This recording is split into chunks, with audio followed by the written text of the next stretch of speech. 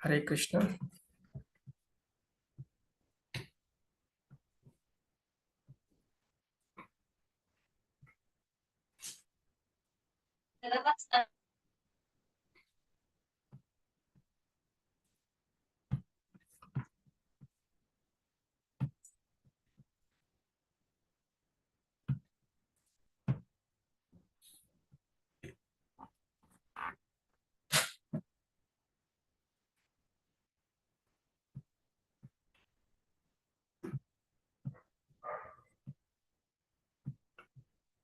हरे कृष्ण अंदर की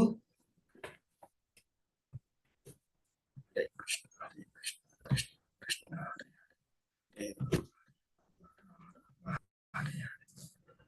हरे कृष्ण हरे कृष्ण कृष्ण कृष्ण हरे राम हरे राम राम राम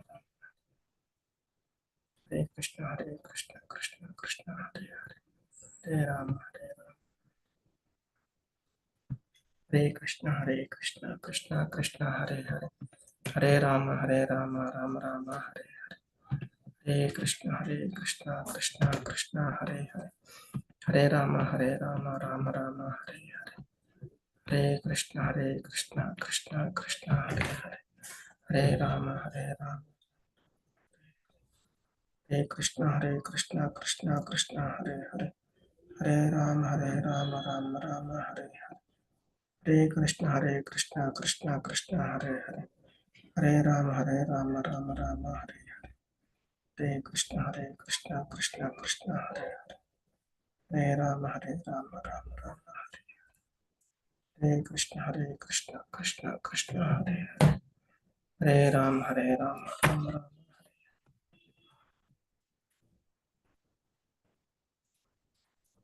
అందరికీ హరే కృష్ణ అండి. నిన్న మనం 3వ అధ్యాయం చూసాము, కర్మయోగము.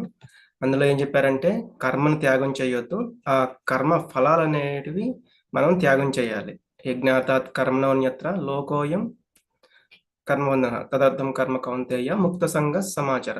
ఏం చేసినా కూడా మనం చేసే యజ్ఞము విష్ణు ప్రీత్యర్థమే చేయాలని మనం చూసాము. అలాగే ఉన్నతమైన వాళ్ళు ఏదైతే చేస్తారో మిగతా వాళ్ళందరూ కూడా అది ఆచరిస్తారు, అంటే వాటిని ఫాలో అవుతారనమాట. కాబట్టి నువ్వు యుద్ధం నుండి వెళ్ళిపోతే గనక వచ్చే రోజుల్లో అందరూ వారి వారి యొక్క ధర్మాలని విడిచిపెట్టేస్తారు.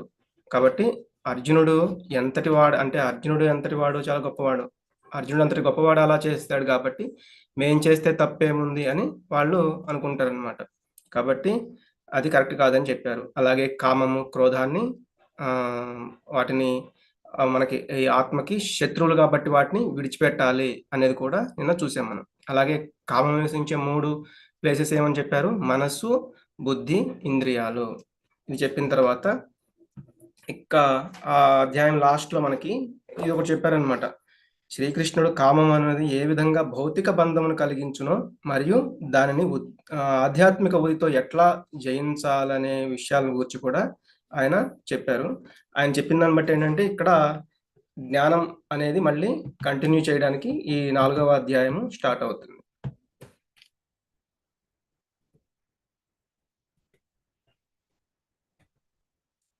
ముందుగా గురు ప్రణామాలు. ఓం అజ్ఞానతిమిర అంధస్య జ్ఞానాంజనశలాకయా చక్షురున్మిలితం యేన తస్మై శ్రీ గురవే నమః. శ్రీ చైతన్య మనోభీష్టం స్థాపితం యేన భూతలే స్వయం రూపః కదా మహ్యం దదాతి స్వపదాంతికం. వందేహం శ్రీగురో శ్రీయుతపదకమలం శ్రీగురూన్ వైష్ణవాంశ్చ శ్రీరూపం సాగ్రజాతం సహగణ రఘునాథాన్వితం తం సజీవం సాద్వైతం సావధూతం పరిజన సహితం కృష్ణ చైతన్య దేవం శ్రీ రాధా కృష్ణ పాదాన్ సహ గణలలిత శ్రీ విశాఖాన్వితాంశ్చ. నమో ఓం విష్ణుపాదాయ కృష్ణ ప్రేష్ఠాయ భూతలే శ్రీమతే భక్తివేదాంత స్వామినితి నామినే. నమస్తే సారస్వతే దేవే గౌరవాణి ప్రచారిణే నిర్విశేష శూన్యవాది పాశ్చాత్య దేశతారిణే.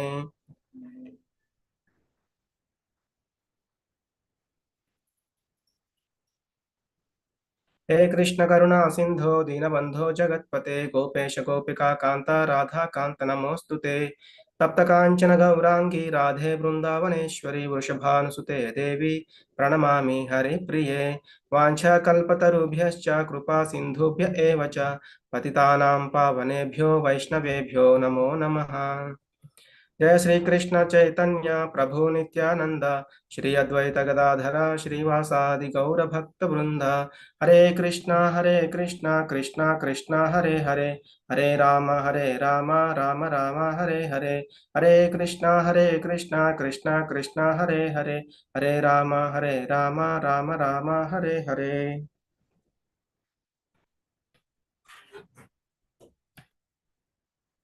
ఈ రోజు మనము 4వ అధ్యాయం. ఈ అధ్యాయం పేరు దివ్య జ్ఞానము జ్ఞాన కర్మ సన్యాస యోగము.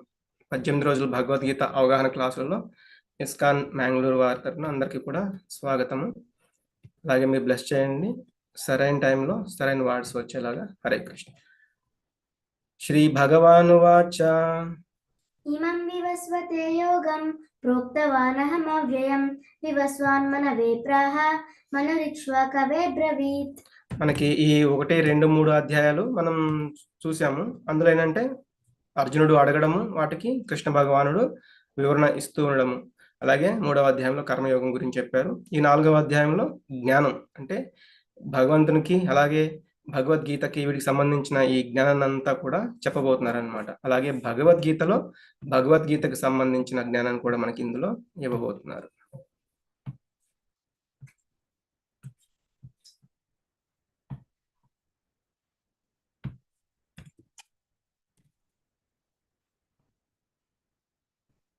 హరే కృష్ణ. శ్రీకృష్ణ భగవానుడు పలికెను, నాశనం లేని ఈ యోగ శాస్త్రము నేను సూర్యుడు అనగా వివస్వానుకు ఉపదేశించాను. వివస్వానుడు దానిని మానవజాతి తండ్రి అయిన మనువుకు ఉపదేశింపగా మనువు దానిని ఇక్ష్వాకు రాజునకు చెప్పాడు. మనువు అంటే మానవ జాతి యొక్క మొదటి వ్యక్తి అనమాట. అందుకే మనల్ని మానవులు మనుషులు అని మనం చెప్తూ ఉంటారు. ఆయన పేరు వైవస్వతుడు, అంటే వైవస్వత మన్వంతరము. అలాగే ఇక్ష్వాకు అంటే రామచంద్ర ప్రభు యొక్క వంశంలోని రాజు అన్నమాట. అంటే ఇక్కడ ఏం చెప్తున్నారు, ఈ శ్రీకృష్ణ భగవానుడు ఈ నాశనం లేని యోగ శాస్త్రాన్ని ముందుగా సూర్యుడికి అంటే ఆయన వివస్వానుడికి చెప్పారనమాట. ఇక్కడ వివస్వానుడికి చెప్పారు. మళ్ళీ వివస్వానుడు మానవ జాతి తండ్రి అయిన మనువుకు ఉపదేశించగా ఆ మనువేమో ఇక్ష్వాకు రాజుకి చెప్పడం జరిగింది. ఇది ఇలా ఈ ఒకరి నుంచి ఒకరికి చెప్పడం జరిగింది. ఏవం పరంపరా ప్రాప్తం ఇమం రాజర్షయో విదుః సకాలే నేహ మహత యోగో నష్ట పరంతప. శత్రువులను జయించేవాడా, ఈ దివ్య జ్ఞానము ఈ విధముగా గురుశిష్య పరంపర ద్వారా స్వీకరించబడింది. రాజర్షులు దానిని ఆ విధముగా అర్థం చేసుకునేది, కానీ కాలక్రమంలో ఆ పరంపర విచ్ఛిన్నమైనది. అందుకే ఈ యోగము నశించినట్లు కనిపిస్తున్నది. ఇది చాలా ఇంపార్టెంట్ శ్లోకం అన్నమాట. భగవద్గీతలో ఎలా అయితే అసలు మనం భగవద్గీతను ఎలా అర్థం చేసుకోవాలి, అసలు భగవద్గీత ఎలా ఈ భూమి మీదకి వచ్చింది, ఇదంతా కూడా మనకి ఈ శ్లోకంలో వివరించడం జరిగింది. ఎందుకు అంటే ఈ గురుశిష్య పరంపరలో వస్తున్నప్పుడు ఆ పరంపర అనే లింక్ అనేది తెగిపోవడం. అంటే ఒక గురువు తన యొక్క శిష్యుడికి చెప్తారు, ఆ శిష్యుడు మళ్ళీ గురువుగా మారి ఇంకొక శిష్యుడికి అంటే తన శిష్యుడికి చెప్తారనమాట. మళ్ళీ ఆ శిష్యుడు మళ్ళీ గురువుగా మారి అతని యొక్క శిష్యుడికి, ఇలా ఎలా అయితే ఇలా గురుశిష్య పరంపర అనేది వస్తుందో అది కరెక్ట్ గా ఉంటుందన్నమాట. లేకపోతే దానిని మధ్యలో మార్చడం అటువంటి దానివల్ల ఏంటంటే అదంతా కూడా దాని వివరణ దాని యొక్క అర్థం కూడా అంతా మారిపోతూ ఉంటుంది. కాబట్టి ఇక్కడ భగవంతుడు ఏం చెప్తున్నారు, దాని కాలక్రమంలో నాశనమైందంటే విచ్ఛిన్నమైంది. అందుకే మళ్ళీ ఈ యోగము నేను ఇక్కడ నీకు చెప్తున్నాను అని చెప్పడం జరుగుతుంది. ఎలా, ఇప్పుడు భగవంతుడి నుంచి వివస్వానుడికి, వివస్వానుడి నుంచి మనువుకి, మనువు నుంచి ఇక్కడ ఇక్ష్వాకు రాజుకి ఇవ్వడం జరిగింది. ఎలా అయితే ఒక డాక్టర్ గనక ఒక రోగికి అంటే పేషెంట్కి ఎలా అయితే మెడిసిన్ ఇచ్చాడో అతను నర్సుకి చెప్తారు అది ఎలా, ఆ మెడిసిన్ ఎలా యూజ్ చేయాలి అనేది ఆ నర్సు రోగికి చెప్తుంది. కానీ ఎప్పుడైతే ఈ లింక్ అనేది అంటే డాక్టర్ చెప్పినప్పుడు సరిగా నర్సు వినకపోయినా, లేకపోతే నర్సు చెప్పినప్పుడు సరిగా రోగి వినకపోయినా ఆ మెడిసిన్ ఏంటంటే సరిగా యూజ్ అవ్వదు. దానివల్ల ఏంటంటే అది పాడైపోతుంది. అంటే దానివల్ల యూజ్ ఉండదు ఆ రోగికి, దానివల్ల ఆ జబ్బు అనేది తగ్గదనమాట. కాబట్టి అది చాలా కరెక్ట్గా యూజ్ అవ్వాలి. అందుకే ఈ పరంపర అనేది చాలా కరెక్ట్గా ఉండాలి అనేది కూడా మనం చూడాలి. అలాగే మనం కొన్ని కొన్ని గేమ్స్ చూస్తూ ఉంటాం అనమాట. లైన్గా కొంతమంది నుంచుంటారు. మొదటి వ్యక్తి ఏం చేస్తాడు, రెండో వ్యక్తికి ఒక డ్యాన్స్ ఒక ఏదో ఒకటి చూపిస్తాడు అనమాట.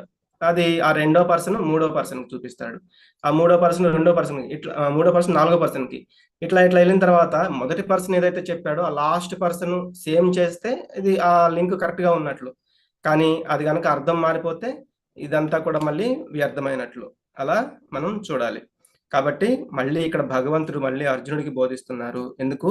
ఈ గురు శిష్యం పరంపర అనేది నాశనమైంది కాబట్టి. ఈ గురు పరంపర కూడా ఏంటంటే భగవంతుడి నుంచి 4 రకాలుగా వస్తుంది. ఆ 4 రకాల నుంచి కూడా మళ్ళీ ఒకళ్ళ నుంచి ఒకళ్ళకి, ఒకళ్ళ నుంచి ఒకళ్ళకి లింక్ అనేది ఉంటుంది. ఎగ్జాంపుల్‌గా ఇక్కడ మనకి 4 సాంప్రదాయాలనమాట. ఒకటి బ్రహ్మ సాంప్రదాయం. అంటే బ్రహ్మ నుంచి మధ్వాచార్య, మధ్వాచార్య నుంచి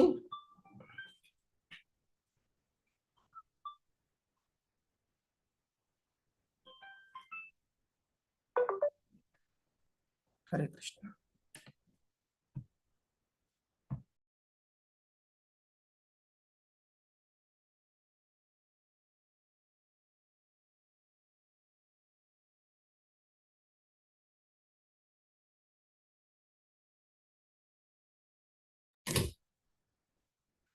వెళ్ళు.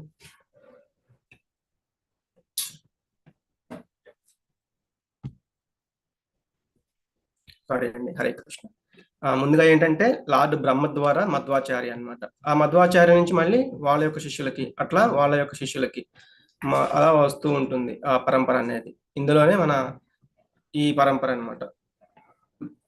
కృష్ణుడి నుంచి బ్రహ్మకి, నారదుడు, ఇట్లా ఈ 32వ గురువు శ్రీల ప్రభుపాదుల వారు, భక్తి వేదాంత స్వామి ప్రభుపాద. అలాగే భగవంతుడి నుంచి లక్ష్మీదేవికి, లక్ష్మీదేవి నుంచి రామానుజాచార్య, ఇలా శ్రీ సాంప్రదాయం అనేది మనం చూస్తూ ఉంటాము. అలాగే భగవంతుడి నుంచి లార్డు శివుడికి, శివుడి నుంచి ఆయన యొక్క పరంపరలో ఉన్న ముఖ్యమైన వ్యక్తి విష్ణు స్వామి. ఇలా వీళ్ళ యొక్క గురు పరంపర అనేది ఉంటుంది. అలాగే నలుగురు కుమారులు, చతుష్కుమారులు అంటారు కదా, వీళ్ళు ఎప్పుడు చిన్నపిల్లలాగానే ఉంటారు. భగవంతుడి నుంచి వాళ్ళకి జ్ఞానం వెళ్ళడం, వాళ్ళ నుంచి వాళ్ళ యొక్క దాంట్లో సాంప్రదాయంలో ముఖ్యమైన వ్యక్తి ఎవరు అంటే నింబార్కాచార్య. ఇలా ఈ 4 సాంప్రదాయాలు చాలా ముఖ్యమైనవి అన్నమాట. వీళ్ళల్లో ఎవరు భగవద్గీతని ఉపదేశిస్తున్నా కూడా మనం వినొచ్చు. కాబట్టి ఈ గురు శిష్య పరంపర ఎప్పుడైతే కరెక్ట్‌గా వెళ్తూ ఉంటుందో, ఆ భగవద్గీత కూడా యథాతథంగా వెళ్తుంది. అందుకే శ్రీల ప్రభుపాదుల వారు ఇస్కాన్‌లో ఈ భగవద్గీతకి పేరు కూడా యథాతథము అని పెట్టారు. అంటే నేను దీంట్లో కల్పిస్తున్నది ఏమీ లేదు. అంతా భగవంతుడు ఏదైతే చెప్పాలి అని అనుకున్నారో అదే నేనిక్కడ రాయడం జరిగింది. భాష్యాలు అనేది కూడా ఆయన చెప్తారు. అలాగే మనం ఈ శ్లోకంలో చూస్తే రాజర్షి అని చెప్పారు. రాజర్షి అంటే రాజులలో ఋషిగా ఉండేవాడనమాట. అంటే వాళ్ళు సహనంగా ఉంటారు.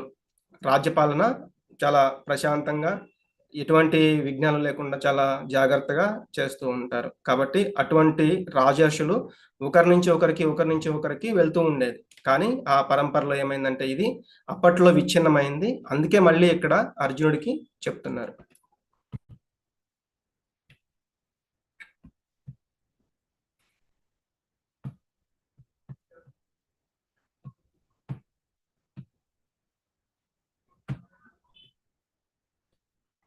ఈ శాశ్వతమైన ఇది ఏంటంటే శాశ్వతమైన జ్ఞానం. భగవంతుడు మరియు భగవద్ విభూతుల జ్ఞానం. రెండవది ఆత్మ జ్ఞానం. అలాగే మూడోది ఏంటంటే మనకి భగవంతునికి ఉన్న సంబంధ జ్ఞానం ఈ భగవద్గీత అనేది.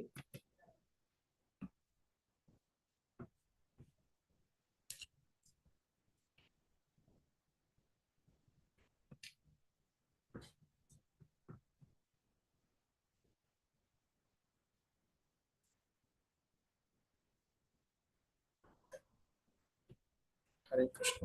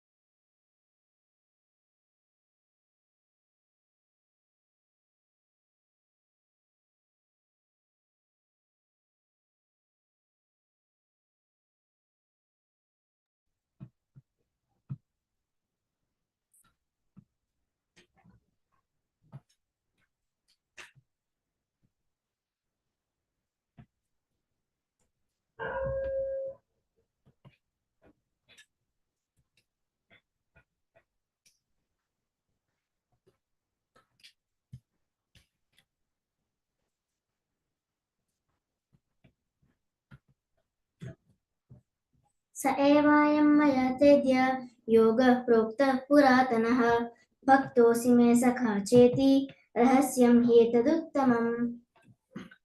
నీవు నా భక్తుడవు మరియు మిత్రుడవు కావున ఈ యోగ శాస్త్రం యొక్క ఉత్తమమైన రహస్యాన్ని అర్థం చేసుకోగలవని భగవంతునితో గల సంబంధమును తెలియజేయు పురాతన శాస్త్రమును నేడు నీకు తెలుపుచున్నాను. ఇక్కడ అర్జునుడికి ఎందుకు చెప్తున్నారంటే భక్తోసిమే సఖా చేతి, నువ్వు భక్తుడివి అంటే భక్తోసి, అలాగే సఖ అంటే నువ్వు మిత్రుడివి అని చెప్తున్నారనమాట. కాబట్టి నువ్వు ఆ భగవంతునితో గల సంబంధాన్ని అర్థం చేసుకునే అంత నీకు జ్ఞానం అంటే ఆ శక్తి నీకు ఉందని నేను మళ్ళీ ఇక్కడ నీకు చెప్పడం జరుగుతుంది. అర్జున ఉవాచ అపరం భవతో జన్మ పరం జన్మ వివస్వతః కథమేతద్విజానీయాం త్వమాదౌ ప్రోక్తవానితి. అలా చెప్పిన తర్వాత ఇక్కడ అర్జునుడు మళ్ళీ అడుగుతున్నారు, సూర్యదేవుడైన వివస్వానుడు నీకంటే పూర్వుడు, అట్టి ఎడ నీవు ఈ విద్యని అతనికి ప్రారంభంలోనే ఉపదేశించావంటే నేను దాన్ని ఎలా అర్థం చేసుకోవాలి? అంటే మన ఇద్దరం ఒకే వయసు వాళ్ళం, మహా అయితే నువ్వు ఒక సంవత్సరం 2 సంవత్సరాలు పెద్దవాడు అయి ఉండొచ్చు నాకంటే కూడా, కానీ మనకంటే ముందు ఎప్పటి నుంచో ఉన్నాడు ఆ సూర్యుడు. ఆ సూర్య భగవానుడికి నువ్వు ఆల్రెడీ చెప్పానని చెప్తున్నావు, నేను దీన్ని ఎలా అర్థం చేసుకోవాలి అంటే ఇక్కడ అర్జునుడు ఏంటంటే కొంత వ్యంగ్యంగాను లేకపోతే అహంకారంతోనూ ఇట్లా అడగట్లేదు. ఆయన ఏంటంటే దీనంగా అడుగుతున్నారు, ఇది నేను ఎలా అర్థం చేసుకోవాలి, ఎందుకంటే ఆయనకి భగవంతుడి గురించి తెలుసు అనమాట. కాబట్టి ఆయన మళ్ళీ ఇంకా ఇంకా తెలుసుకోవాలి అని అడుగుతున్నారు. శ్రీ భగవానువాచ బహూని మే వ్యతీతాని జన్మాని తవ చార్జున తాన్యహం వేద సర్వాణి నత్వం వేత్త పరంతప. దేవదేవుడైన శ్రీకృష్ణుడు పలికెను, ఓ పరంతప, నీకును మరియు నాకును పలు జన్మలు గడిచినవి, కానీ నీవు వాటిని మర్చిపోయావు, అవన్నీ నాకు జ్ఞాపకం ఉన్నాయి. ఇక్కడ ఓ అర్జున, నీదేంటంటే భౌతిక శరీరం. ఆ భౌతిక శరీరంలో అన్ని గుర్తుండవు, మర్చిపోతూ ఉంటావు, ఎందుకంటే నువ్వు మాయ చేత కప్పబడి ఉన్నావు. నీది భౌతిక శరీరం వచ్చిన దానివల్ల ఆ పూర్వ జన్మలు అన్నీ కూడా నువ్వు మర్చిపోవడం జరిగింది. కానీ నేనేంటంటే మాయకు లోబడి లేను. నా పూర్వ జన్మలు, రాబోయేవి అంటే నా అవతారాలు, ఇవన్నీ కూడా నాకు తెలుసు. ఇంతకుముందు ఏం జరిగింది, ఏం జరగబోతుంది, ఇదంతా కూడా నాకు తెలుసు, అవన్నీ నీకు తెలియదు అని ఇంకా ఇంకా చెప్తున్నారు. 27 అంటే ఇప్పటికి మనకి ఏంటంటే ఆ కృష్ణుడు సూర్యదేవునికి ఎప్పుడు చెప్పాడు, గీతను బోధించాడు అనేది మనం చూస్తే ఇప్పటికీ ఈ 4 యుగాలన్నమాట. అంటే మనకి అందరికీ తెలిసిందే, సత్యయుగము, త్రేతాయుగము, ద్వాపర యుగము. మనకి సత్యయుగం వచ్చేసి 4,32,000 సంవత్సరాలు అనమాట. దానికి డబుల్ ద్వాపర యుగము. దానికి ఇంకొక అంటే ఇప్పుడు ఏ అనుకుంటే కలియుగాన్ని 2A వచ్చేసి అంటే 2 ఇంటూ కలియుగము, అలాగే 3 ఇంటూ కలియుగము త్రేతాయుగము, 4 ఇంటూ కలియుగము సత్యయుగము. అలా చూస్తే 38,88,000 సంవత్సరాలు ఇప్పటికీ ఈ సత్య త్రేత ద్వాపర యుగాల్లో గడిచాయి. అలాంటివి 27 దివ్య యుగాలు అంటే ఈ 4 యుగ చక్రాలు కలిసి జరిగినవి 27 సార్లు జరిగింది. ఇప్పుడు మనం 28వ దివ్య యుగంలో ఉన్నాము. అటువంటివి ఇవన్నీ జరిగాయి. అంటే 27 సార్లు ఇప్పటికి 4 యుగాలు జరిగిపోయాయని మనం అనుకుంటే 11,166.400 లక్షల సంవత్సరాలు గడిచాయి అన్నమాట. అలాగే ఈ ఆల్రెడీ 3 యుగాలు సత్య త్రేత ద్వాపర యుగాలు అంటే ఈ యుగ చక్రంలో ఈ దివ్య యుగంలో ఈ 3 యుగాలు కూడా ఆల్రెడీ కంప్లీట్ గా అయిపోయాయి. కాబట్టి ఇన్ని 38.88 లక్షల సంవత్సరాలు వచ్చింది. అలాగే కలియుగంలో ఇప్పటికి మనకు అయిపోయిన సంవత్సరాలు 5,125 సంవత్సరాలు అయిపోయాయి. అలాగే ఈ మనువు జీవితం ఏంటంటే ఇక్కడ మనకి ఏదైతే ఇందాక చెప్పారో ఇందాక శ్లోకంలో మనువుకి ఇంతకు ముందే చెప్పారు, మనువు నుంచే ఇక్ష్వాకు రాజుకు వచ్చింది. కాబట్టి ఈ మనువు జీవిత కాలం ఇది. ఇలా చూస్తే అంటే ఎగ్జాంపుల్ గా సుమారుగా 1205.331 లక్షల సంవత్సరాలు అంటే 1205 లక్షల సంవత్సరాలకి పూర్వమే ఈ యొక్క భగవద్గీతని బోధించడం జరిగింది, గీతని. అది ఇక్కడ చెప్తున్నారు. అజోపి సన్నవ్యయాత్మా భూతానామీశ్వరోపి సన్ ప్రకృతిం స్వామధిష్టాయ సంభవామ్యాత్మమాయయా. భూమి మీదకి భగవంతుడు ఎట్లా వస్తారు, భగవంతుడి లోకానికి ఎలా వస్తారు అని ఇక్కడ భగవంతుడే చెప్తున్నారు. నేను పుట్టుక లేనివాడిని, నాశనము లేనివాడినైనను సమస్త ప్రాణులకు ప్రభువునై ఉండి కూడా ఆది అయిన దివ్య స్వరూపముతో నేను ప్రతి యుగంలో అవతరిస్తాను. అందుకే ఇక్కడ ఏం చెప్తున్నారంటే ఆత్మమాయ అంటే నా ఇష్ట ప్రకారం వస్తాను. అంటే భౌతిక శరీరం తీసుకునే వాళ్ళు ఏంటంటే వాళ్ళని ఈ యొక్క వాళ్ళ యొక్క కర్మలను బట్టి వాటి యొక్క అంటే ఇంతకుముందు చేసిన కర్మలు వీటి బట్టి జన్మ అనేది వస్తూ ఉంటుంది. కానీ భగవంతుడికి అలా ఉండదు. ఆయన అవతారం తీసుకుంటూ ఉంటారు. ఆత్మమాయ ద్వారా ఆయన ఇష్ట ప్రకారం అని చెప్తున్నారు. అలాగే మన శరీరం ఏమో నాశనం అవుతూ ఉంటుంది.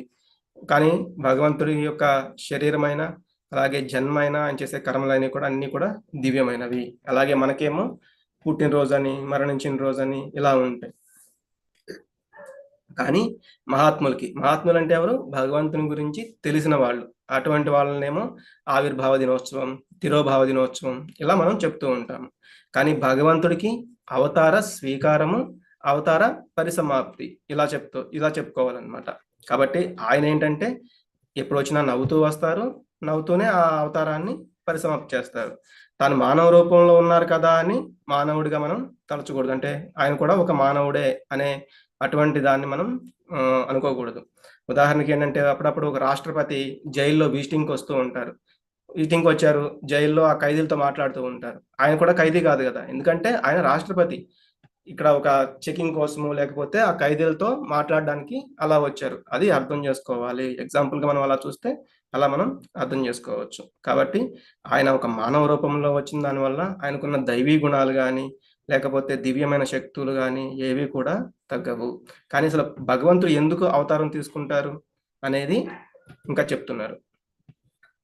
అలాగే భగవంతునికి మరియు జీవునికి మధ్య ఉన్న పోలిక ఏంటంటే కృష్ణుడిది అంటే శాశ్వతం మరియు జ్ఞాపకం అంటే అచ్యుత, ఆయన మర్చిపోవడం అనేది జరగదు.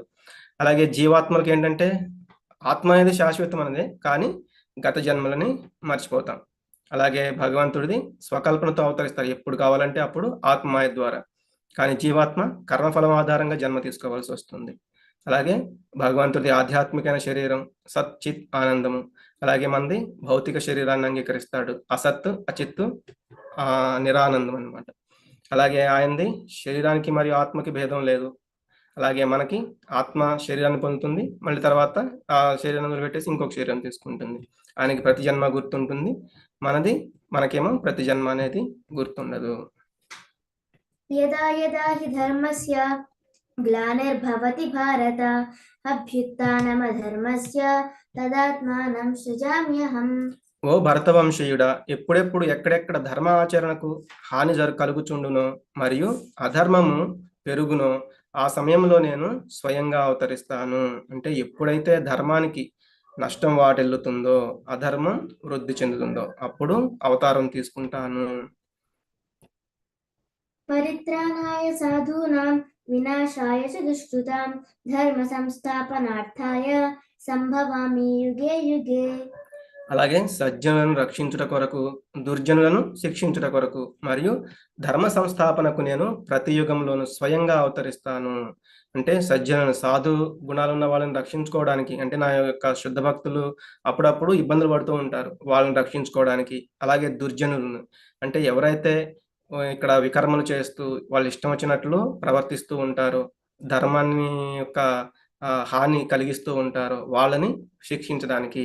కానీ అందుకే మనకి ఇక్కడ ఏం చెప్తున్నారు, పరిత్రాణాయ సాధూనాం.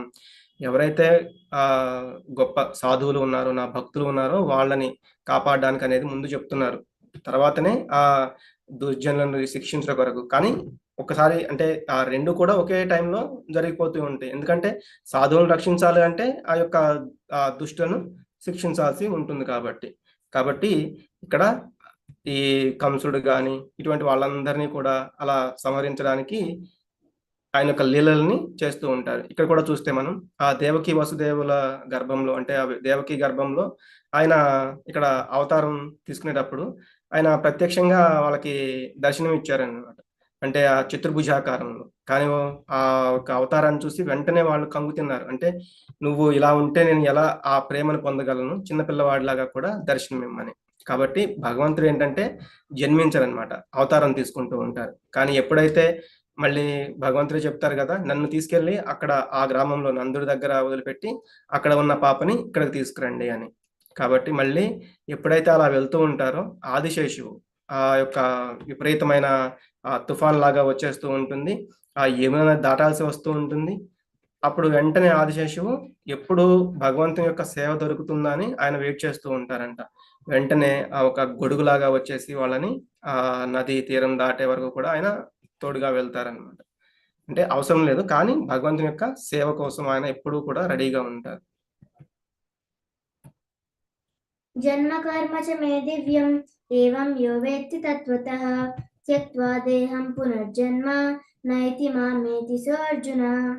ఓ అర్జున, నా జన్మ మరియు కర్మల దివ్య స్వభావాన్ని తెలుసుకున్న వారు తమ దేహం విడిచిపెట్టిన తరువాత తిరిగి ఈ భౌతిక జగత్తులో జన్మించరు. నా నిత్య శాశ్వత ధామానికే వారు వస్తారు. అంటే భగవంతునికి సంబంధించిన ఆ జన్మల గురించి కానీ కర్మల గురించి తెలిసిన విశేషాలను ఎవరైతే తెలుసుకుంటారో, తెలుసుకోవడానికే అది చాలా కష్టమైనది. కాబట్టి ఎవరైతే తెలుసుకుంటారో వాళ్ళు ఇప్పుడున్న ఈ దేహం త్యజించిన తర్వాత ఇంకొక దేహంలోకి వెళ్ళాల్సిన అవసరం లేదు. జన్మ, మృత్యు, జరా, వ్యాధి అనే ఈ సైకిల్ నుంచి వాళ్ళు బయటపడిపోతారు. ఎందుకు అంటే వాళ్ళు భగవంతుని యొక్క ధామానికే చేరుకోవచ్చు. అందుకే మనకి ఇక్కడ చూపిస్తున్నారు ఈ దామోదర లీల. ఆ యశోదాదేవికి ఆయన ఆల్రెడీ ఆయన యొక్క నోటిలోనే మట్టి తింటున్నాడు అని చెప్పినప్పుడు ఒకసారి నోరు తెరువు అంటే అన్ని బ్రహ్మాండాలని చూపిస్తారనమాట. కానీ తర్వాత మళ్ళీ అట్లా చూసిన తర్వాత ఆవిడ మళ్ళీ ఆ తల్లి ప్రేమను పంచలేరు కాబట్టి మళ్ళీ అదంతా మరుపు వచ్చేలాగా చేస్తారు. మళ్ళీ ఎప్పుడైతే ఈ దామోదర లీల జరుగుతుంది కదా, ఇప్పుడు కూడా ఇది దామోదర మాసం అంటారు. ఈ యొక్క భగవంతుని యొక్క ఈ ఈ జన్మలు కర్మలు చాలా దివ్యంగా ఉంటాయి.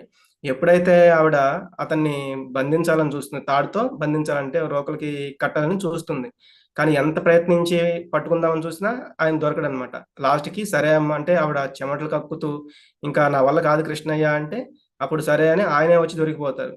మళ్ళీ అప్పుడు తాడు కడుతూ ఉంటే కూడా ఎన్నిసార్లు కడుతున్నా అంటే తాడు తగ్గుతుంది, మళ్ళీ కొంత తాడు తీసుకొచ్చి మళ్ళీ దానికి ముడేసి కడదామని చూస్తే మళ్ళీ తగ్గుతుంది. ఎన్నిసార్లు కట్టాలని చూసినా కూడా తగ్గిపోతూ ఉంటుంది. అప్పుడు భగవంతుడు మళ్ళీ ఆయనే సరే అమ్మ కట్టు అని ఆయనే కట్టించుకుంటారనమాట.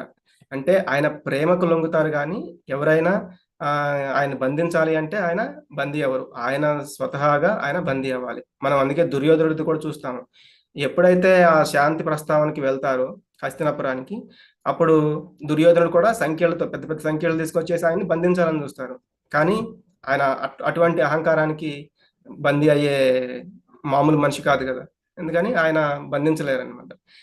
ఇటువంటి అన్ని ఎవరైతే తెలుసుకోగలుగుతారో వాళ్ళు మళ్ళీ నా ధామానికి వచ్చిన తర్వాత ఈ భౌతిక లోకానికి రావాల్సిన అవసరం లేదు. మరి ఇప్పటి వరకు అలా ఆయన యొక్క లోకానికి ఎవరైనా చేరుకున్నారా అంటే వీతరాగ భయ క్రోధ మన్మయా మాముపాశ్రిత బహవో జ్ఞాన తపసా పూత మద్భావమాగతా.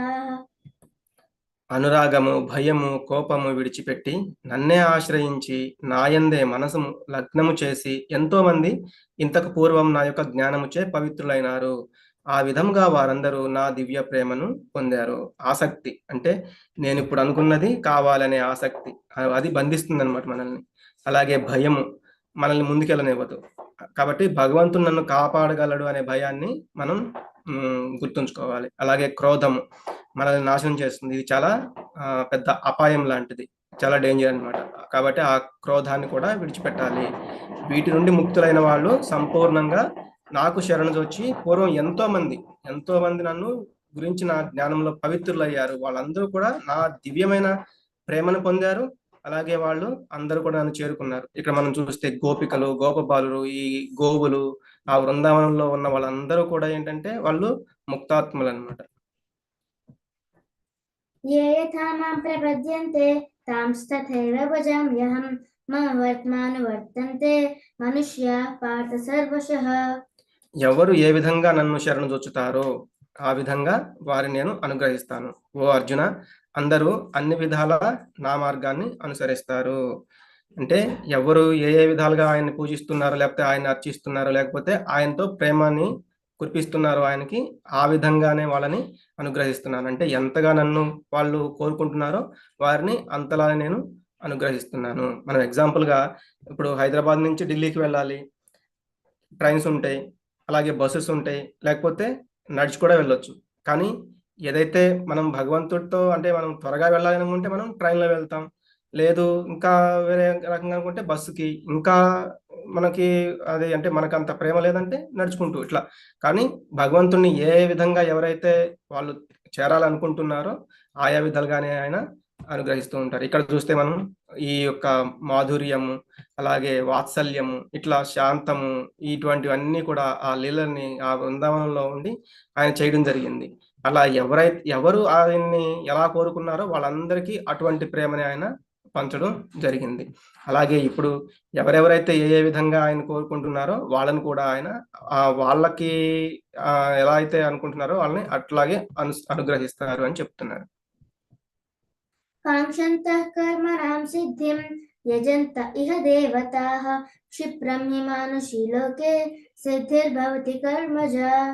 ఒకవేళ ఏంటంటే మనం మోక్షం కోరుకుంటే ఆయన మోక్షం ఇస్తారు, మనం ప్రేమను కోరుకుంటే ప్రేమనిస్తారు. అలా కాకుండా మనం ఎన్ని చెప్తున్నా అంటే భగవంతుడు భగవద్గీతలో ఎన్ని చెప్పినా కూడా ఇంకా మనం ఏంటంటే ఏదో ఒక స్వల్పమైన కోరికల కోసం, తాత్కాలికమైన ఆనందాల కోసం ఇట్లా ఈ భౌతిక జగత్తులో జనులు కర్మలలో విజయం కోరుకొని కారణంగా వారు దేవతలను పూజిస్తారు. సహజంగా వారు ఈ జగత్తులో త్వరగానే కర్మల ఫలాలను పొందుతారు. అంటే ఆ క్షణికానందం కోసం, ఇంద్రియ తృప్తి కోసం, వీటి కోసం ఏవో ఒక కోరికలు వస్తూ ఉంటాయి కాబట్టి వాటిని తీర్చుకోవడానికి ఏవో వీటికి సంబంధించిన వీటిని ఆశ్రయించడము.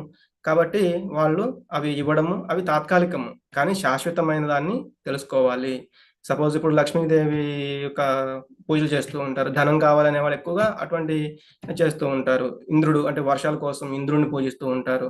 అలాగే ఆరోగ్యం కోసం సూర్యుడిని, అంటే వాళ్ళని పూజించొద్దా అంటే పూజించాలి, కానీ తాత్కాలికమైన కోరికలని అంటే కోరికల కోసమే వాళ్ళని పూజించడం అనేది కరెక్ట్ కాదు. అంటే నాకు ఒక సమస్య ఉంది కాబట్టి ఒక పూజ చేయాలనేది కరెక్ట్ కాదు. అవన్నీ కూడా తాత్కాలికమైన సుఖాలని ఇస్తాయి. కాబట్టి మనం ఎప్పుడు కూడా అందరినీ ప్రేమించాలనేది తెలుసుకోవాలి. చాతుర్వర్ణ్యం మయా సృష్టం గుణకర్మ విభాగశః తస్య కర్తారమపి మాం విద్యకర్తారమవ్యయం.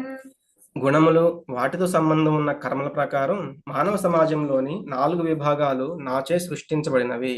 ఈ విధానమునకు నేను కర్తనైనప్పటికీ మార్పు లేని వాడిని కనుక నన్ను అకర్తగానే తెలుసుకోవాలి.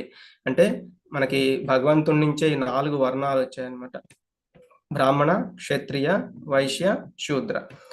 మనకి చెప్తారు అందుకే జన్మన జాయతో శూద్ర, అంటే జన్మలో అందరూ కూడా శూద్రులే. బ్రహ్మ జానాతీతి బ్రాహ్మణ, ఎవరైతే తెలుసుకున్నారో ఆ జ్ఞానాన్ని వాళ్ళు బ్రాహ్మణులు అవుతారు. అంటే వాళ్ళ యొక్క కర్మలు, వాళ్ళు చేసే కర్మలను బట్టే వాళ్ళకి యొక్క వర్ణాలు అనేవి ఇవ్వడం జరిగింది. సపోజ్ సత్వగుణంలో ఉన్న వాళ్ళు బ్రాహ్మణులుగా ఉంటారు, రజోగుణంలో ఉన్న వాళ్ళు క్షత్రియులుగా ఉంటారు, రజోగుణము తమో గుణం మిక్స్ అయి ఉన్న వాళ్ళు వైశ్యులుగా ఉంటారు, కానీ తమో గుణంలో ఉన్న వాళ్ళు శూద్రులుగా ఉంటారు. అలాగే పుట్టుకతో ప్రతి ఒక్కరు కూడా శూద్రులే, కానీ ఆ బ్రహ్మజ్ఞానాన్ని ఎవరైతే తెలుసుకుంటారో వాళ్ళే బ్రాహ్మణులు అవుతారు. అలాగే భగవంతుడి గురించి అందరూ కూడా ఎవరైనా కూడా సమానంగా భగవంతుని గనక కోరుకుంటే ఎవరైనా బ్రాహ్మణులైనా శూద్రులైనా ఏ వర్ణానికి చెందిన వాళ్ళైనా కూడా చేరుకోవచ్చు. ఎలాగంటే మనకి ఇప్పుడు ఒక డాక్టర్ ఫ్యామిలీ ఉంటే డాక్టర్ నుంచి పుట్టిన కొడుకు ఆయన డాక్టర్ అవ్వలేడు, ఆయన కూడా మళ్ళీ ఎంబీబీఎస్ చేసిన తర్వాతే డాక్టర్ అవుతాడు. అలాగే మనకి మందిరాల్లో కొన్ని ప్రోగ్రామ్స్ జరుగుతూ ఉంటాయి, అక్కడ ఏంటంటే బ్రాహ్మణులు అనే వాళ్ళేమో ఆ యొక్క శ్రీ విగ్రహాలని అర్చిస్తూ ఉంటారు, వాటికి పూజలు చేస్తూ ఉంటారు, అదంతా చేస్తూ ఉంటారు. అదే క్షత్రియులు ఏం చేస్తారు, అక్కడ క్యూ లైన్లు ఉంటూ ఉంటాయి. అంటే మనం తిరుపతిలో కనుక చూస్తే పెద్ద పెద్ద క్యూ లైన్లు ఉంటూ ఉంటాయి. వాటిని అన్నింటిని మేనేజ్ చేయాలంటే ఆ రజోగుణంలో ఉండాలి. అంటే వాళ్ళంతా కూడా వాళ్ళని మెయింటైన్ చేసే శక్తి వాళ్ళకి అదంతా ఉండాలి, కాబట్టి వాళ్ళు క్షత్రియులుగా మనం చూడొచ్చు. అలాగే కొన్ని కొన్ని ప్రోగ్రామ్స్ జరుగుతున్నప్పుడు వాటికి సంబంధించిన కొన్ని విరాళాలు కానీ డొనేషన్స్ కావాల్సి వస్తాయి. ఆ టెంపుల్కి ఏమన్నా ఏర్పాట్లు చేయడానికి ధనము అదంతా అవసరం అవుతూ ఉంటుంది. దానికి వైశ్యులు అంటే ఆ యొక్క బిజినెస్ చేయగల సమర్థత ఎవరైతే ఉందో వాళ్ళు ఇవన్నీ చూసుకుంటూ ఉంటారు. కానీ మేము ఇవేమి చేయలేము, మీరు ఏది చెప్తే అటువంటి కర్మ ఏదైనా మేము చేయగలము అనేవాళ్ళు శూద్రులు. అంటే వాళ్ళు ఏంటంటే ఆ మందిరంలో ఓడవడము, లేకపోతే చెప్పులు స్టాండ్ దగ్గరైనా ఉంటారు, లేకపోతే ఏదైనా సరే అక్కడ వీళ్ళు ఇచ్చిన, అంటే ఇప్పుడు ఆ వైశ్యుడు ఉన్నాడంటే ధనం ఆయనే అన్నిటికీ వెళ్ళి ఇచ్చిరాడనమాట. అక్కడ ఈ శూద్రుల్ని వాటికి వీటికి యూజ్ చేసుకుంటూ ఉంటారు. అట్లనే శూద్రులు తక్కువ అంటే కాదు, ఈ నలుగురు ఉంటేనే అక్కడ ఆ ప్రోగ్రామ్ అనేది సక్సెస్ఫుల్ గా జరుగుతుంది. అట్లనే బ్రాహ్మణులు చాలా గొప్ప, శూద్రులు చాలా తక్కువ అని కాదు. అంటే ఏ సేవ అయినా కూడా భగవంతుడికి చేయగలిగే ఏ సేవ అయినా కూడా చాలా ముఖ్యమైనది. ఎవరైనా కూడా భగవంతుని చేరుకోవడానికి సమాన అవకాశాలే ఉంటాయి అనేది తెలుసుకోవాలి. అలాగే ఇక్కడ మార్పు లేని వాడిని కనుక నన్ను అకర్తగానే తెలుసుకోవాలి. అంటే ఆయన ఇక్కడ ఈ గుణాల ద్వారా ఈ యొక్క వర్ణాలని ఏర్పాటు చేయడం జరిగింది. కానీ ఆయన అకర్తే. ఆయన చేయవలసిన కర్మలు ఏవి ఉండవు. నిన్న మనం 3వ అధ్యాయంలో చూసాము. ఆయనకి చేయవలసిన కర్మలు ఏమీ లేకపోయినా కూడా ఆయన ఆ యొక్క బాధ్యతల్ని అంటే ఒక కొడుకుగా, అలాగే ఒక స్నేహితుడిగా ఇవన్నీ కూడా నిర్వర్తిస్తూ వచ్చారన్నమాట. నమాం కర్మాణి లింపంతి నమే కర్మఫలే స్పృహ ఇతి మాం యోపి జానాతి కర్మభిర్న సబధ్యతే. కర్మలు నన్ను అంటవు, నేను కర్మ ఫలముల యందు కూడా ఆసక్తుడను కాదు. ఎవరైతే నన్ను ఈ విధంగా తెలుసుకుందురో వారు కర్మబంధములలో చిక్కుకోరు. అంటే ఆయనకి ఏమీ కర్మలు అంటవు. అలాగే కర్మ ఫలాలకు కూడా ఆయన అంటే ఈ కర్మ చేస్తే ఈ ఫలితం వస్తుంది అనేది కూడా ఆయనకి అవసరం లేదు. అలా ఎవరైతే తెలుసుకుంటారో వాళ్ళు ఈ కర్మబంధంలో కూడా చిక్కుకోరు. ఉదాహరణకి సుధాముడు ఎప్పుడైతే కృష్ణుడి దగ్గరికి సహాయం కోసం వస్తారు, కానీ ఆయన అడగరు. అలాగే వచ్చినప్పుడు కూడా ఆయన ఒక చినిగిపోయిన బట్టలతోటి ఒక చాలా బీదవాడిగా అక్కడికి వస్తారు. వచ్చినప్పుడు కృష్ణుడు ఆయనేమి చులకనగా చూడరు. మనం మొదటి అధ్యాయంలో చూసాము. ఎప్పుడైతే ద్రోణాచార్యుడు ద్రుపద మహారాజు దగ్గరికి వెళ్ళాడో ఆయన అవహేళన చేస్తాడు, ఆయన్ని అవమానపరుస్తాడు అనమాట. కానీ మీరు కృష్ణ భగవానుడిది మనం సుధామ వీళ్ళిద్దరిది చూసాం చాలాసార్లు, అందరికీ తెలిసిన విషయమే. ఆయన అంత బీదరికంలో వచ్చినా కూడా ఆయనకి అతిథి సత్కారాలు చేసి ఆయన్ని సింహాసనం మీద కూర్చోబెట్టి ఆయన యొక్క పాదాలని కడిగి ఇవన్నీ అంటే ఆయన మందిరంలోకే తీసుకెళ్లి అక్కడ కూర్చోబెట్టి ఆయనకి సపర్యలు చేస్తారు. అంటే మన యొక్క సంస్కృతి సాంప్రదాయాలు అప్పటి నుంచి కూడా ఉన్నాయి. అంటే ఎవరైనా కూడా కావచ్చు, వాళ్ళ బీదవాళ్ళ ధనికుల అని ఎవరైతే ఇంటికి అతిథి వచ్చారో ఇటువంటి సత్కారాలు అంటే ఆఖరికి భగవంతుడు అది చేయవలసిన అవసరం లేదు, కానీ ఆయన చేయడం జరిగింది. అలాగే భీష్ముడు ఎప్పుడైతే నేను ఈరోజు ఆయుధం పట్టిస్తాను కృష్ణుడి చేత అని అన్నారో భక్తుడి కోసం, భీష్ముడు కూడా భగవంతుని యొక్క భక్తుడే కాబట్టి భక్తుడు ఎప్పుడైతే అన్నాడో భక్తుడి యొక్క మాట నెరవేర్చడానికి ఆయన ఆ రథచక్రాన్ని తీసుకున్న ఆ రోజు యుద్ధంలో అర్జునుడి మీద విపరీతంగా బాణాలు కురిపిస్తూ ఉంటాడు భీష్ముడు. అప్పుడు ఆయన వెళ్ళిపోతాడనమాట. రథం యొక్క చక్రాన్ని తీసుకుని ఆయన మీదకి వెళ్తారు. అలా ఆయన ఆయన చేయవలసిన కర్మలు లేకపోయినా కూడా ఆ యుద్ధంలో ఆయన ఆ రథచక్రం పట్టుకుని వెళ్ళవలసిన అవసరం లేదు, కానీ అలా వెళ్తారనమాట. అలాగే గోపబాలులతోటి ఆ వృందావనంలో చాలా చాలా లీలలు చేస్తూ ఉంటారు. మనం ఇవన్నీ కూడా కృష్ణ పాస్ట్ టైమ్స్ చూస్తూ ఉంటే అలాగే భాగవతంలో ఇవన్నీ కూడా మనం తెలుసుకోవచ్చు. ఇటువంటి అన్ని కూడా ఆయన అలా చేస్తూ వచ్చారు. ఆఖరికి అర్జునుడికి రథసారథిగా కూడా ఉన్నారు. అది కూడా ఆయన చేయవలసిన అవసరం లేదు, కానీ అది కూడా ఒక లీల. ఆయన చేయవలసిన కర్మ ఏదీ లేదు, అలా అని ఆయన చేస్తూనే ఉన్నారు. అయినా కూడా ఆయన దేవాది దేవుడే.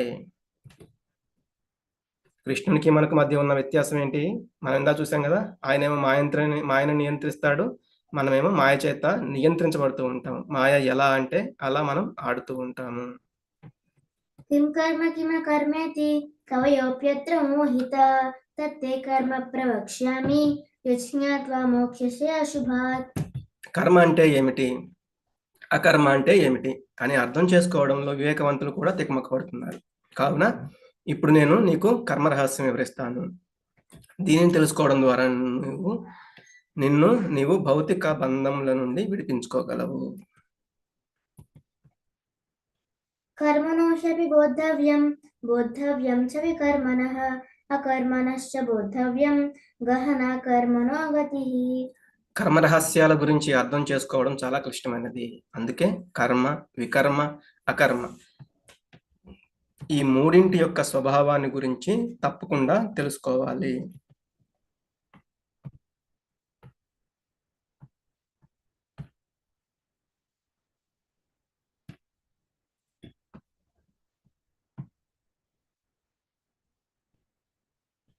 కర్మలు అనేవి 3 రకాలుగా వర్గీకరించబడ్డాయి. ఒకటి అవి కర్మలు, వికర్మలు, అకర్మలు. కర్మలు అంటే ఏంటంటే ఇంద్రియ నియంత్రణ మరియు చిత్తశుద్ధికి దోహదపడే విధంగా ఉండే శాస్త్ర విహితమైన మంగళప్రద పనులు. అంటే మనం చేయవలసిన ఏవైతే ఆ వేదాలలో ఉన్నాయో అటువంటివి అన్నమాట. వికర్మలు శాస్త్రములచే నిషేధింపబడిన అశుభకరమైనవి, అంటే వాటిని చేస్తే అశుభాలు జరుగుతూ ఉంటాయి. ఇవి హానికారకములైనవి మరియు ఆత్మ అధపతనానికి దారితీస్తాయి. అలాగే అకర్మలు ఫలాసక్తి లేకుండా కేవలము భగవంతుని ప్రీతి కోసమే చేసే పనులు. వీటికి ప్రతిక్రియలు అనేవి ఉండవు. ఇక్కడ చూస్తే అకర్మ అంటే ఏం చేసినా కూడా భగవంతుని యొక్క ప్రీత్యర్థం చేస్తూ ఉండడము. కర్మ అంటే ఇట్లా వేదాల్లో ఏవైతే ఉన్నాయో దానాలు చేయాలి, యజ్ఞాలు చేయాలి, ఇటువంటివి. వికర్మ అంటే చెయ్యకూడని పనులు అనమాట. ఎవరి మీదకైనా కత్తి తీసుకుని వెళ్ళిపోతూ ఉంటారు, చంపేస్తూ ఉంటారు, ఇటువంటివన్నీ కూడా. అలాగే మనకి ఎగ్జాంపుల్గా నారదముని చూస్తే ఆయన ఎప్పుడు కూడా భగవంతుని యొక్క నామాన్ని చెప్పిస్తూ ముల్లోకాలు ఆయన తిరుగుతూ ఉంటారు. ఏం చేసినా భగవంతుని యొక్క ప్రీత్యర్థమే ఆయన చేస్తూ ఉంటారు. యస్య సర్వే సమారంభాః కామ సంకల్పవర్జితాః జ్ఞానాగ్నిదగ్ధ కర్మాణం తమాహుః పండితం బుధాః. ఎవరి యొక్క సమస్త కర్మలు భౌతిక సుఖాల వాంఛలకు అతీతంగా ఉంటాయో మరియు ఎవరైతే తమ సమస్త కర్మల ప్రతిక్రియలను జ్ఞానాగ్నిలో భస్మం చేస్తారో అట్టివారు జ్ఞానోదయమైన మునులచే పండితులు అనబడతారు. అంటే వాళ్ళ యొక్క సమస్త కర్మలను కూడా ఈ భౌతిక సుఖాల వాంఛలకు అతీతంగా చేస్తూ ఉంటారు. అలాగే సమస్త కర్మలను కూడా ఆ ప్రతిక్రియలను కూడా ఆ వచ్చే ఫలితాలను కూడా ఈ జ్ఞానం అనే అగ్నిలో భస్మం చేస్తారు. అంటే అజ్ఞానాన్ని జ్ఞానం అనే అగ్నిలో భస్మం చేస్తారు. అట్టి వాళ్ళు జ్ఞానోదయమైన మునులచే పండితులు అని చెప్పబడతారు.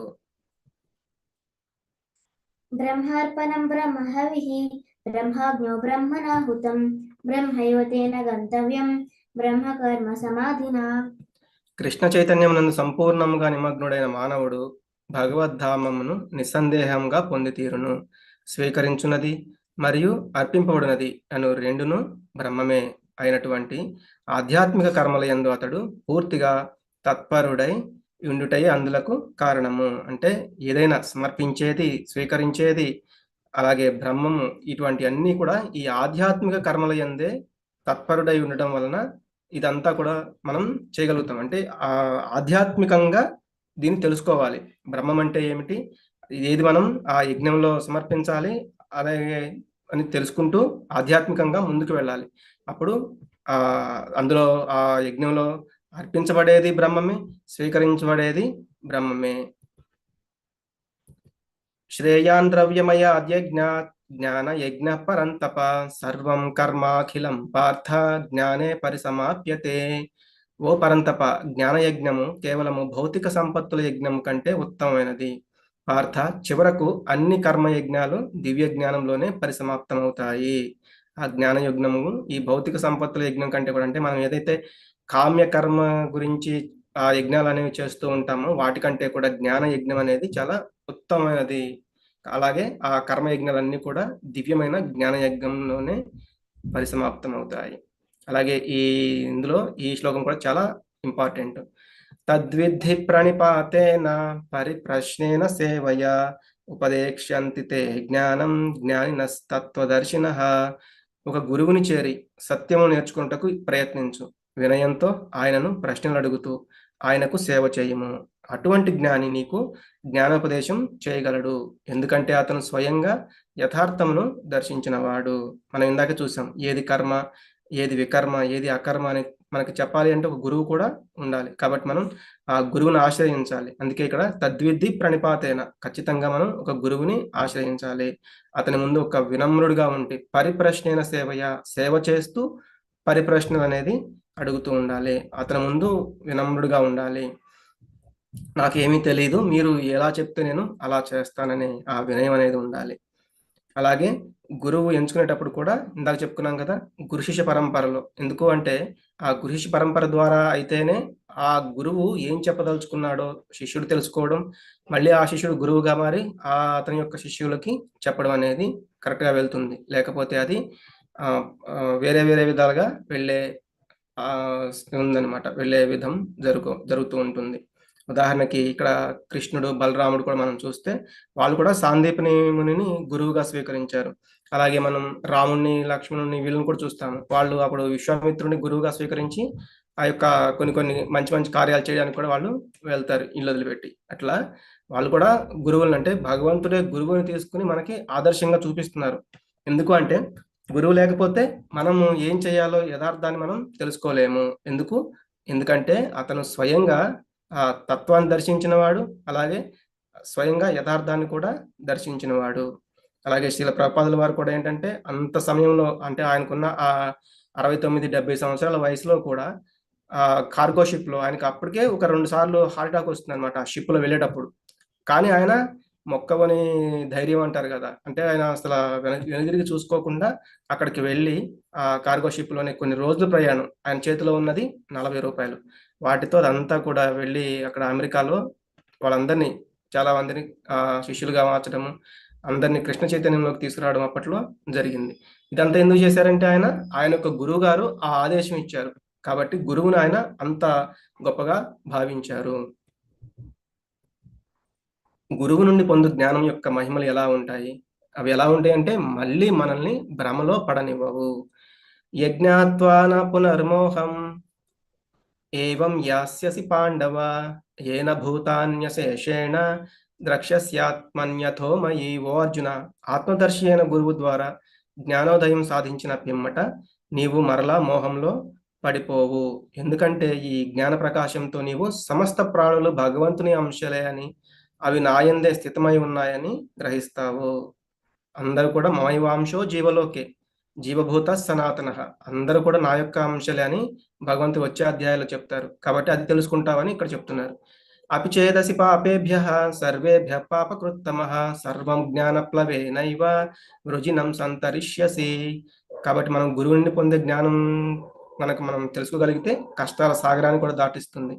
పాపులందరిలో పరమ పాపిష్టి వారు అని పరిగణింపబడిన వారు కూడా ఆధ్యాత్మిక దివ్య జ్ఞానం అనే పడవలో స్థితులై ఉండి ఈ ప్రాపంచిక భవసాగరాన్ని దాటిపోవచ్చు. ఎవరైనా సరే, అంటే పరమ పాపిష్టి వాళ్ళైనా కూడా, అంటే ఎప్పుడు కూడా అంత ముందు వరకు కూడా వికర్మలు చేసి మనము చూస్తూ ఉంటాము. వాల్మీకిని ఇట్లా చాలా వాళ్ళు గొప్ప, అంటే అప్పట్లో ఫస్ట్ వేటగాళ్ళు లేకపోతే అందరినీ చాలా మందిని హింసించిన వాళ్ళు. కానీ ఎప్పుడైతే తెలుసుకుని వాళ్ళు ఆధ్యాత్మిక దివ్యమైన జ్ఞానం తెలుసుకుని ఆ పడవలో స్థితులై ఉండి తర్వాత ఈ భవసాగరాన్ని కూడా దాటగలిగారు. యథైధాంసి తమిద్ధోగ్ని భస్మసాత్ కురుతే అర్జున జ్ఞానాగ్ని సర్వకర్మాణి భస్మసాత్ కురుతే తథా. ఓ అర్జున, మండే అగ్ని కట్టెలను బూడిద చేయునట్లు జ్ఞానాగ్ని కూడా భౌతిక కర్మల నుండి జనించే ఫలాలన్నింటినీ భస్మము చేయును. అంటే బాగా విపరీతంగా మండుతున్న అగ్నిలో మనం ఎన్ని కట్టెలను వేసినా కూడా అవి బూడిదైపోతూ ఉంటాయి. అలాగే బాగా మనలో కూడా ఆ జ్ఞానం అనే అగ్నిని మనం గురు ద్వారా తెలుసుకుంటే గనక మనకున్న అజ్ఞానాలన్నీ నశించిపోతూ ఉంటాయి. మనకి ఏమైనా మనలోకి అజ్ఞానాలు అనేవి వచ్చినా కూడా అవి నాశనం అయిపోతూనే ఉంటాయి. కాబట్టి మనం అటువంటి జ్ఞానంలో ఉండాలి. మన యొక్క కర్మఫలాలు కూడా ఆ జ్ఞానంలో నశించిపోతూ ఉంటాయి. దీన్ని ఎవరు సాధించగలరు? శ్రద్ధావాన్ లభతే జ్ఞానం తత్పర సంయతేంద్రియ జ్ఞానం లబ్ధ్వా పరాం శాంతిం అచిరేనాధిగచ్చతి. దివ్యజ్ఞాన తప్తరుడై శ్రద్ధా విశ్వాసాలు కలవాడు, తమ మనో ఇంద్రియముల నియంత్రణ అభ్యాసము చేసిన వారు దివ్య ఆధ్యాత్మిక జ్ఞానాన్ని పొందుటకు అర్హుడగును. ఇటువంటి శ్రేష్టమైన అలౌకిక జ్ఞానంతో వాళ్ళు అతి త్వరగా శాశ్వతమైన పరమశాంతిని పొందుతారు. ఈ దివ్య జ్ఞానాన్ని ఎవరు సాధించగలరు? శాస్త్రాలపై వాళ్ళకి శ్రద్ధ ఉండాలి. అలాగే వాళ్ళ యొక్క కర్మఫలాల పట్ల వాళ్ళకి ఆసక్తి ఉండకూడదు. అంటే నిష్కామ కర్మయోగం చేస్తూ ఉన్నవాళ్ళు. అలాగే ఇంద్రియ నిగ్రహం కలిగి ఉండాలి. ఇంద్రియాలు ఎటు పెడితే అటు తీసుకెళ్ళిపోతూ ఉంటాయి. వాటికి లొంగకుండా నిగ్రహంగా ఉండగలగాలి. అలాగే అట్టి దివ్య జ్ఞానమును పొంది అటువంటి వాళ్ళు శీఘ్రమే పరమ శాంతిని కూడా పొందగలుగుతారు. అలాగే ముక్తిని కూడా పొందవచ్చు. అజ్ఞశ్చ శ్రద్ధధానశ్చ సంశయాత్మా వినశ్యతి నాయం లోకోస్తి నపరో నసుఖం సంశయాత్మనః. కానీ జ్ఞానము విశ్వాసము రెండూ లేని వారు మరియు అనుమానం పడే స్వభావం కలవారు భగవద్ జ్ఞానమును పొందలేరు. సందేహించే మనసు కలవారికి ఈ లోకంలో గాని పరలోకంలో గాని సుఖం ఉండదు. నాయం లోకోస్తి నపరో నసుఖం సంశయాత్మనః. ఎందుకు వాళ్ళకి ఇక్కడ సుఖం లేదు, పరలోకంలో కూడా సుఖం లేదు. ఎందుకంటే వాళ్ళు అజ్ఞశ్చ, అంటే వాళ్ళు అజ్ఞానంలో ఉన్నారనమాట. అటువంటి వాళ్ళు ఎప్పుడు అంటే సంశయాత్ములై ఉంటారు. ఎప్పుడు సందేహిస్తూ ఉంటారు, ఇది కరెక్ట్ కాదేమో, వీళ్ళేదో చెప్తున్నారు, అది అలా కాదు ఇలా కాదు, మనకి ఇష్టం వచ్చినట్లు మనం చేసుకుంటూ ఉండొచ్చు, ఇలా ఆలోచించేవాళ్ళు. అటువంటి వాళ్ళు ఏంటంటే ఈ ఈ లోకంలో కూడా సుఖంగా ఉండలేరు, పరలోకంలో కూడా సుఖంగా ఉండలేరు. తస్మాదజ్ఞాన సంభూతం హృత్సం జ్ఞానాసినాత్మనః చిత్వైనం సంశయం యోగం ఆతిష్ఠోత్తిష్ఠ భారత. ఓ భరత వంశస్థుడా, అందువల్ల అజ్ఞానం మూలముగా నీ హృదయంలో తలెత్తిన సందేహాలను జ్ఞాన ఆయుధం ద్వారా ఖండించు. యోగంలో స్థితుడవై యుద్ధము చేయ లెమ్ము. అంటే ఇప్పుడు నీ అజ్ఞానం మూలంగా నీ హృదయంలో ఏవైతే సందేహాలు ఉన్నాయో వాటిని అంతా కూడా ఇప్పుడు చెప్పిన ఈ దివ్య జ్ఞానం అనే ఆయుధం ద్వారా నువ్వు ఖండించు. అలాగే ఈ యోగంలో అంటే ఈ దివ్యమైన జ్ఞాన యోగంలో స్థితుడవై నువ్వు లేచి యుద్ధం చెయ్యి అని ఇక్కడ చెప్పడం జరిగింది.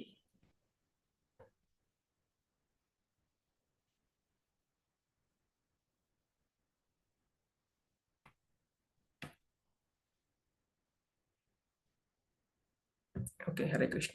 ఇక్కడ విరామం తీసుకుందాం. రేపు 5వ అధ్యాయం చూద్దాం. వాంఛాకల్పతరుభ్యశ్చ కృపా సింధుభ్య ఏవ చ పతితానాం పావనేభ్యో వైష్ణవేభ్యో నమో నమః. హరే కృష్ణ కృష్ణ కృష్ణ హరే హరే, హరే రామ రామ రామ హరే హరే. అందరికీ ధన్యవాదాలు.